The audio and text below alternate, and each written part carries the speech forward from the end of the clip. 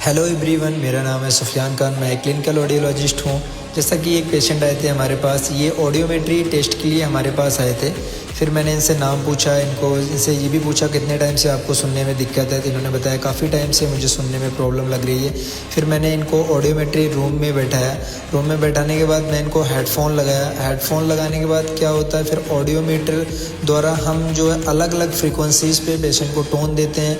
Tone देने के बाद जो पेशेंट का रिजल्ट रहता है उसके अकॉर्डिंग हम नोट डाउन करते हैं। नोट डाउन करने के बाद हम उनकी रिपोर्ट बना ही रहे थे, तब हम उनसे पेशेंट से बात भी कर रहे थे। मैंने कहा क्या प्रॉब्लम आ रही है, तो उनको काफ़ी टाइम से सर भारी भारी रहना, चक्कर आना, उनकी क्या है कि कान की नसें कमज़ोर हो चुकी है। इसके वजह से ही काफ़ी टाइम प्रॉब्लम आ रही है, क्योंकि नसें कमज़ोर हो जाता है तो पेशेंट में क्या होता है, सर भारी भारी रहना, चक्कर आना, कान में सीटी जैसी आवाज़ भी आती है।